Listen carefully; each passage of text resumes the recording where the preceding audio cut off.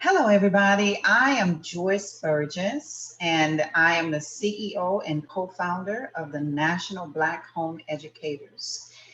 We have been with you all since, I think, October of 2020 with the PATH, the National Black Home Educators, or the NBHE Nurturing Series, where we come to encourage you, to inspire you as parents, as teachers at home, to help you find your path, your journey, what that looks like as you are at home teaching your children. Nowadays we're doing so much at home. We're teaching at home, we're cooking more at home, we're learning at home. Children are just spending time with their parents, which is a beautiful thing. The National Black Home Educators is an organization that empowers parents to educate their children for excellence. We're talking about excellent teaching here. We want to equip you with all of the resources and materials you will need as a parent in order to help your child be successful academically, but not only that, as a whole child. We want to make sure that you have everything you need as a parent to be the best parent teacher that you can be for your child. The National Black Home Educators web address is www.nbhe.net. Please visit us and see all of the good things that we're doing out there. But today is a super, super special day. I'm very, very excited about a young man that Angela and I have had the honor to meet. The National Black Home Educators is partnered with Grand Canyon University. I had to look at that again. Grand Canyon University, GSU, a university, I think they're located in Arizona.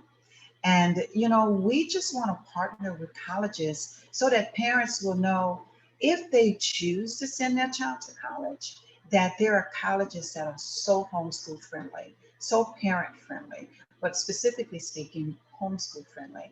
And we have a guest with us, Angela and I. Of course, I have my very own Angela Valentine, our Google certified trainer. But we have a guest. His name is Daniel Valentine as well. And here we go with all of these Valentines. It must be about love, right? It Absolutely. must be about the love that the National Black Home Educators has for its families. Yeah. So we have with us today a very special guest, Daniel Valentine. And Daniel Valentine is going to talk to us today about how to create a transcript. Daniel is an admissions, or shall I say, a homeschool. He is for us. He is homeschool friendly. He serves the homeschool community. But Daniel is a homeschool admissions counselor with Grand Canyon University. And he's going to present to us today about transcripts. Sometimes as a mom, as a dad, as a parent, as a teacher at home, you wonder about high school. We're thinking about transcripts by the time our children are 14, 15 years old. How to create a transcript. What should that look like? What subject shall I put on the transcript? Will my transcript be accepted into colleges? How to make it look professional. If I do it as a parent, will it even be professional? So these are some of the questions that Daniel is going to answer for us today. And unless Angela has some questions that or something that she wants to say, we're going to go ahead and go straight on into Daniel. Daniel, thank you Yes. so much for being with us today. Thank you. Angela, do you have anything you want to No, say? I'm excited to hear what Daniel is going to bring to All us right, today. wonderful. Well, Daniel, thank you so much for being here because I know Grand Canyon University and Sheila Jones and all of those folks that have come on with the National Black Home Educators recently, in our partnership. I've just learned so much and I've been so blessed by your partnership with our organization. So, what can you tell us today about transcripts? Yes, well, thank you so much, Angela and Miss Joyce. I greatly appreciate the invitation to join you all today. I am a true advocate for homeschool families.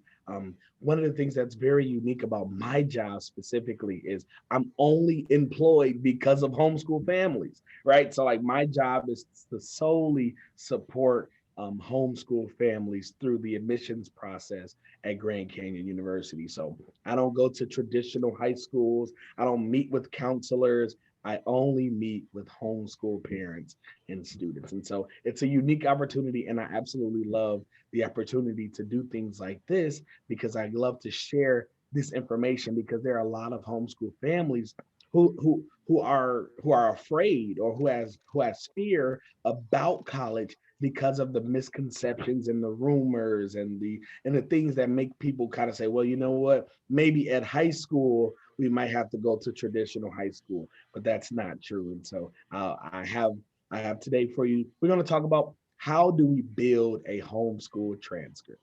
So I'm going to share my screen, and we're going to do, I got it's a little PowerPoint for you all here. Let's see, can you see that? All right, good, good, good. Well, so once again, my name is Daniel Valentine. I'm an university admissions counselor at Grand Canyon University, and I'm a homeschool counselor once again. So if you have any questions about Grand Canyon University or anything that we talked about today, please feel free to reach out to me. My contact information is on the screen, and I'll also put it back towards the end, okay? So let's get right into it. So really quickly, one of the first things that I have to say, and it's crazy that it's 2021 now, everybody in the world is homeschooled essentially. But I have to say it, homeschooling and homeschool transcripts are real and it's completely legal, right? I think that's first, right? So you as a homeschool parent, you have the right to homeschool your child, and then you have the right to submit a homeschool transcript to a university. And really cool, like one of the unique things about GCU at Grand Canyon University, that students, homeschool students, are able to get accepted with scholarship based upon their homeschool transcript. And so it's some of the things that we're just extremely proud about. But you should know you are legal, you can do it, and you should not run into any problems. And today, hopefully, I can give you some more information to kind of help this process a little easier. So I also want to encourage you when you're looking at the universities at that junior and senior level for your student, I would definitely encourage you to seek out guidance from that university or an admissions counselor from that university. One of the reasons being is that every university has different policies, different protocols, different requirements, so on and so forth. So I definitely want to encourage you to reach out first before you actually submit and apply, just because you want to make sure you have everything in order, okay? Now, also one of the things we want to talk about is your transcript is your academic resume. So just like how you submit your resume to a job and the job knows nothing about you but what's on that paper, you want to make sure that your academic resume speaks for you. And what that means is you want to put your best foot forth. And because we are homeschoolers and we've been doing this matriculation through homeschool, throughout the high school experience, we have a lot of classes. We do things to the mastery. So we don't follow the traditional, you take one class for 7 weeks and another class for 7 weeks. Some people do, and that's okay. But the unique thing is that students are able to take even more classes due to homeschooling. And so we want to make sure you're putting your best foot forth. And then by that, you want to make sure you are following all of the state requirements. What does that mean? So you want to go onto your state's education department's website, or call someone from the local city council or whoever you may need to contact to find out what the actual state requirements for high school graduation is. Okay. So for example, when we talk about putting your best foot forward and creating your academic resume, let's say hypothetically in your state, it takes maybe 4 math classes to graduate, right? But in your homeschool experience, you've taken 6 math classes, which is honestly for homeschool students, pretty normal, right? But the unique thing is with this resume, this is what you want people to see for you. You want to put your best foot forth. So if you only are required 4 math classes in high school for your state, you put your best 4 on that transcript to make sure that it works best for you. And we'll get into it some more in a second. And then ultimately, one of the things I also will recommend is that the HSLDA, if you're not familiar with the HSLDA, please get familiar with it as a homeschool family. That's the Homeschool Legal Defense Association.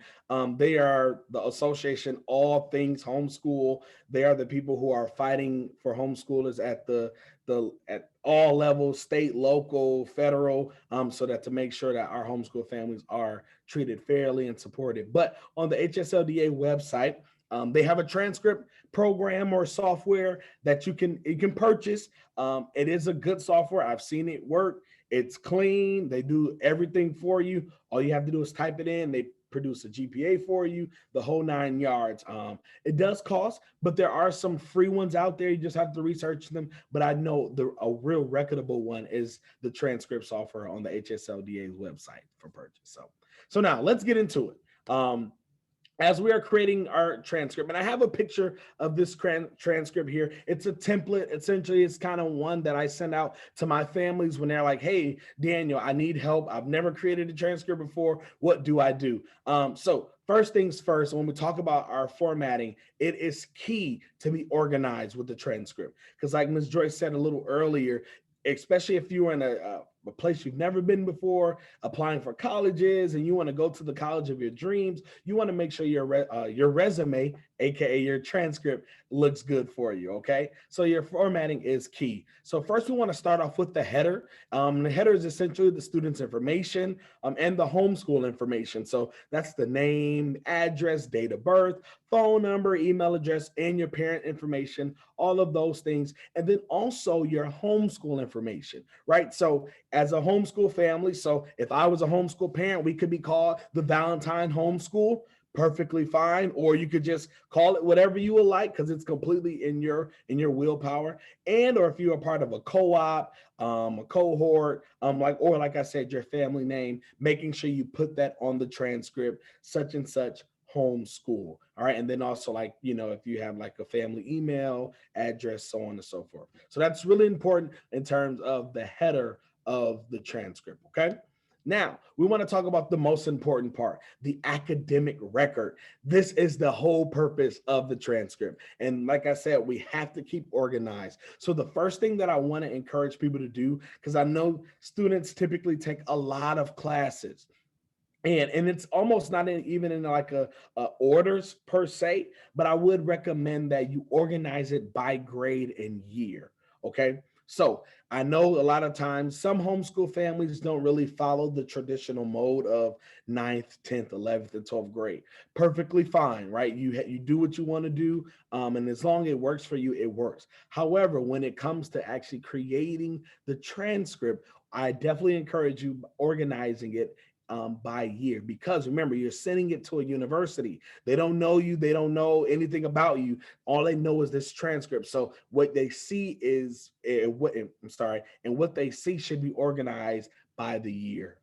So for example, just like you can see on the picture here, you want to make sure you have the course titles, the credits that you have earned. You can also find out the credits like through your state school's website, to find out the same place where you can find out how many classes are required to graduate and those credits things. So for you, when you're trying to figure out how many credits is one class, I definitely recommend following whatever the state level says. Okay, so your credits earned, then also the final grade and the GPA. It's really important that you make sure that the student has a GPA for every year. You don't have to break it into quarters or semesters, but just making sure you solidify that the student has a GPA per year, okay? Then also, one of the very unique things about homeschool students is that homeschool students are able to take dual enrollment classes, CLEP, AP exams, all these beautiful things that will allow you to get college credit and so on and so forth. One of the things I would recommend is that you mark those classes that are AP, dual enrollment, CLEP, mark those classes with a symbol. I recommend just a little star asterisk. It's really simple. And then when you use that symbol, make sure you put a note in it that says, this class is the dual enrollment from this community college, or this class, this grade is for the CLEP exam, so on and so forth. But making sure you identify it with some symbol and then having a note or a key somewhere on the transcript so the university can understand what it stands for, okay? Now, then we want to put down an academic summary. This is also really important because the academic summary essentially essentially solidifies how in which the GPA and everything should come together. So you first need to put a grading scale. I personally recommend the 4.0 grading scale. It's universal, everybody understands it. However, if you are to use a weighted, so like if you're going to go 5.0, if you use AP classes or your dual enrollment classes are, higher than a 4 or higher than an A. So we're talking the A pluses, A minuses, B pluses. If you use that scale, make sure you put that scale on the transcript as well, so the university knows how you are coming up with this GPA, okay? So make sure you're putting your grading scales on there, the total credits earned. So if in the state of Louisiana, if you have to have 28 credits to graduate in high school, make sure you have on there that this student has completed 30 credits or 28 credits or however many credits that they have completed. Also, really important, the high school graduation date is really important. And I know sometimes as homeschool families, you may not have the traditional sense of a walking across the stage graduation. Perfectly fine, but I definitely will encourage you to solidify an actual date that this student is completed with high school, okay? And then finally, you want to make sure you put the cumulative GPA. That's for weighted and unweighted. So if you're going to do if you're going to do weighted, make sure you put the weighted and unweighted GPA. And if you have questions about the difference between weighted and unweighted, feel free to reach out. That's a different conversation. And it could take some time, but I'm definitely more than willing to help you understand that as well. And then finally, solidify this document with a parent signature, okay?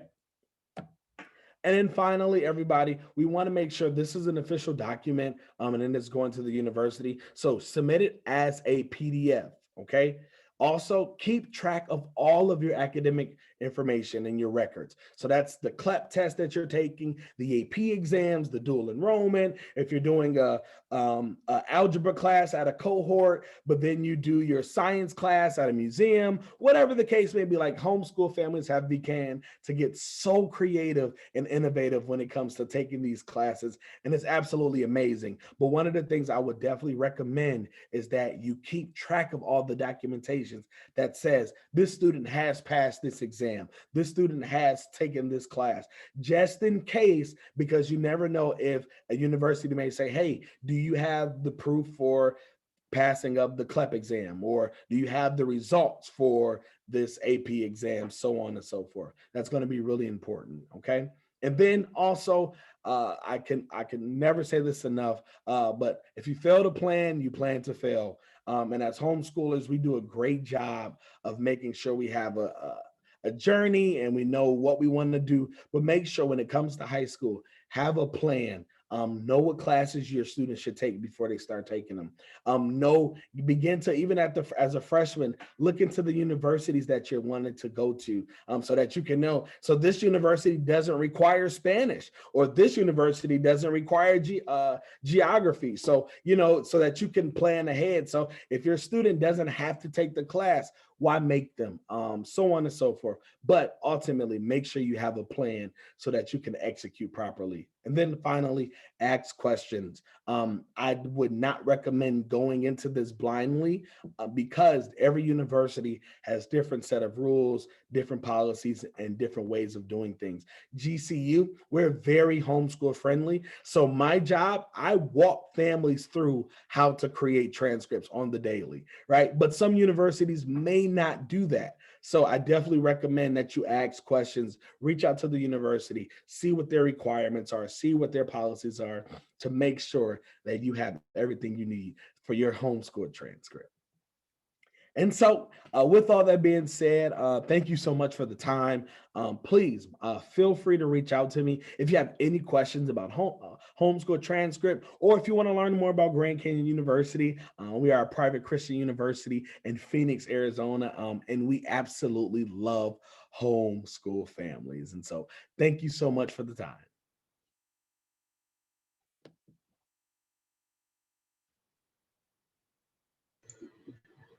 Well, thank you, Daniel. That was such good information. I appreciate you mentioning HSLDA as well, but I want parents to also know that they can I mean, I've graduated 5 from homeschooling, and we've done our homeschool transcripts following very similar models. And parents, you, like Daniel said, you have the right. It's legal. You can do it. And in some states, it's even legal for parents to issue a certified diploma upon graduation that's acceptable into colleges as well. And to pair with what Daniel is said about transcripts, another thing I encourage parents to do is to write a letter of introduction for your student to the university. Why you recommend your child to this university and what this child brings to that establishment. Also, any community volunteer letters, certifications of your child's work in the community as a 14, 15, 16-year-old, any kind of earned apprentice or intern work that your child has done, get letters from those companies and organizations that can also support your transcript. This is not needed, but this is like what I say, creating a portfolio for your child. And then lastly, if there's a elected official in your community that you had a relationship with, ask that elected official to write a letter of introduction as well to go along with your transcript. So that was such great information. I do have one question, and I don't know how long this will take, and I don't want it to take too long because I don't want to expand our time. But what is the difference between a simple GPA and a cumulative GPA? Is there a difference? So a cumulative GPA is all of your GPAs put together for an average. Okay.